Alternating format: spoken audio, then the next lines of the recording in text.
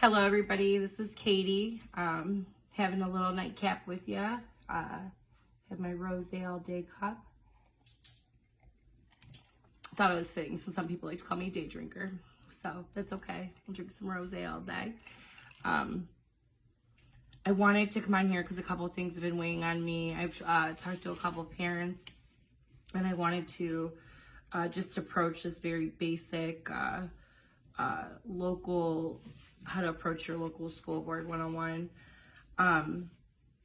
If you have a question regarding what the school's policy is, beyond the school code of conduct that everybody loves to reference, you can go on your local district's website.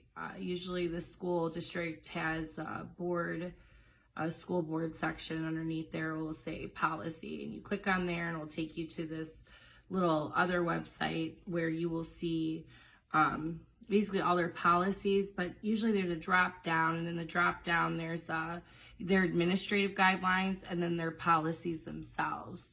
The administrative guidelines are the rules that your administrators have to follow. Your policies are the policies for the school, and then if you keep going it says forms, and then all the forms that are attached to those are in there. But what I wanted to show you is, and I have an example here of a board policy.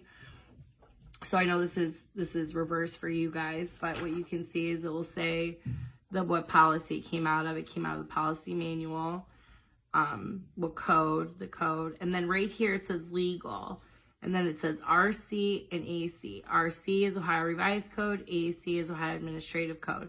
So for this policy right here, these are all of the legal codes that refers in all of this. You know what I mean? So even if something that is in that legal code is not specifically in your board's policy, and it's in ORC, then that has to be abided by. And it's really easy as that. Your records officer is usually your school treasurer. If you're not sure, email your school treasurer and just say for your school secretary and say forward to records officer. Be nice when you're making records requests, or if you have questions regarding the policies, you're more than able to ask your records officer at your school. There's another thing, last thing I just want to bring up real quick. We're not going to do a very long cocktails tonight, but my daughter's in high school, so she, has been very verbal with me this year in something that has been bothering her, and I think needs to be addressed for parents to, just be aware and maybe to let your student or your child know that these kids in school now are being told that they have no constitutional rights while they're at school.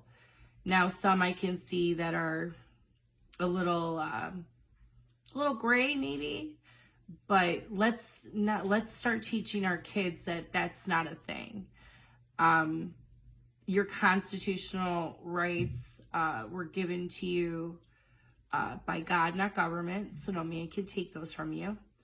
And the school is a state agency. So your school, and your public schools, are government agencies.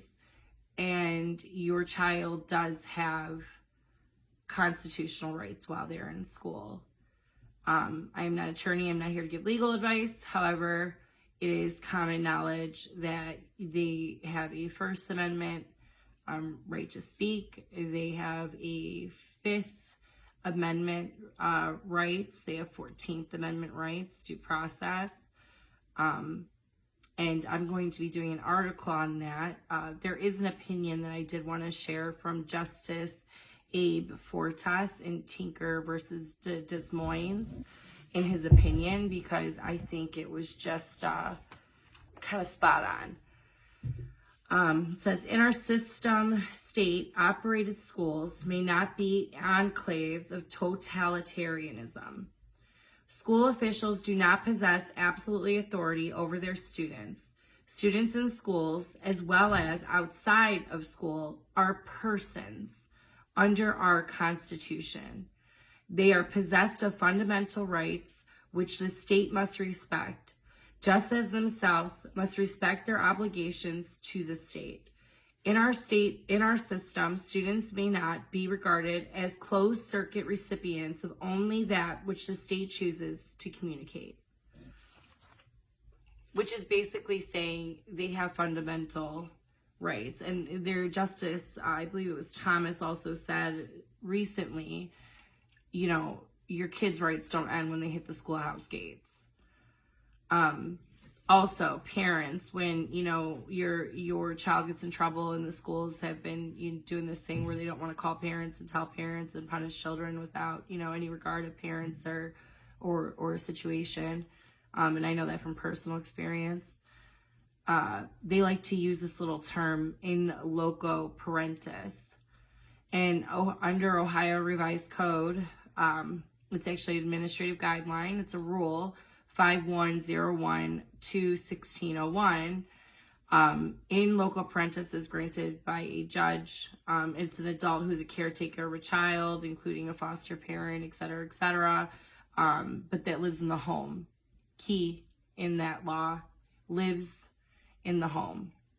I have gone through almost probably all of it twice, all the school administrative guidelines and ORC, and I'm telling you right now, there's no mention of in Loco Parentis. So that only comes into effect, and it was brought in through Sandy Hook. When there's an emergency and police are on site and cannot access the building during an emergency situation, your administrators now have what's called in Loco Parentis, and it's to look out for the betterment of your child. That is not for them to use in an individual basis. That is only to be used in emergency situations where police are on scene and they can't access the building. So when they look at you and say that, look right at them and say no. And my question here at the end of this, and that's how we're going to wrap this up real quick, is wouldn't them saying in Loco Parentis to a parent be a violation of the parent's 14th Amendment constitutional rights? Under due process, under the Due Process Clause specifically, it protects the fundamental right of parents to direct care, upbringing, and education of their children. And that has been found in cases over and over again. It is a precedent that has been set. And they like to say that means like you can put your kids in religious school. That's not what that means. And parents being involved in the kid's education gives that child a better outcome statistically. So for these schools to be claiming that they want parental involvement, but when it becomes to discipline and honestly obstructing their Fifth Amendment and due process rights by questioning them and interrogating them, especially when the child has asked you for a parent, yeah. Schools don't have police powers. They should not be using law enforcement officers, resource officers as their police power. And they need to start respecting parents' rights because we do have them.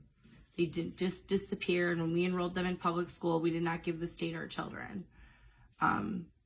Parents, please talk to your kids. Please let them know that they do have constitutional rights, and that if they are being questioned, searched, or anything, to tell them to contact a parent and do not comply. And as most of us like those two attorneys, I'm going to be a little inappropriate here. Hold on. It's Shut the F Up Friday. And that is how we need to start treating them. And parents, when they call you and say, oh, Johnny's suspended for this song and we felt like calling you, let's start putting up a fight. In no world is it appropriate to question children without their parents, or parents even knowing that what is going on and called after the fact, like, oh wow, who are we? And administrators, that might benefit you. Maybe Johnny's not telling the truth, and I need to step in and talk to Johnny and figure out what's going on. I mean, it's as serious as these kids are being charged, some of them, because they don't understand, and they give them the book bag, and they, you know what I mean? And maybe they're guilty, so maybe they're not. But they have a right to not self-incriminate themselves. And no offense, I'm done with the police, little prison rules at school. Also, and this is for my district and people that are watching for my district, you know who I am, harassing girls in the bathroom is not appropriate. I get you have a vape issue. A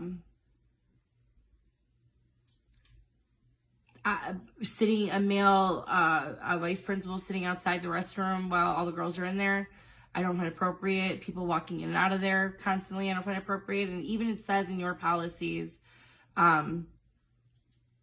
you walking in and out of there while the girls are in there is harassment, especially when they're not doing anything. Vape detector didn't go off, I mean, it's kind of crazy the way that they treat these kids in the restroom. And I get vape. But, we all had the same problems in high school. Let's be real. People were smoking pot in my bathrooms. You know what I mean? Smoking cigarettes down the hall. People, this is not new. But this constant, and what I have an issue with our school district is the girls say that it's always their bathroom, that they're not as strict with the boys. Yeah. So, have a good night.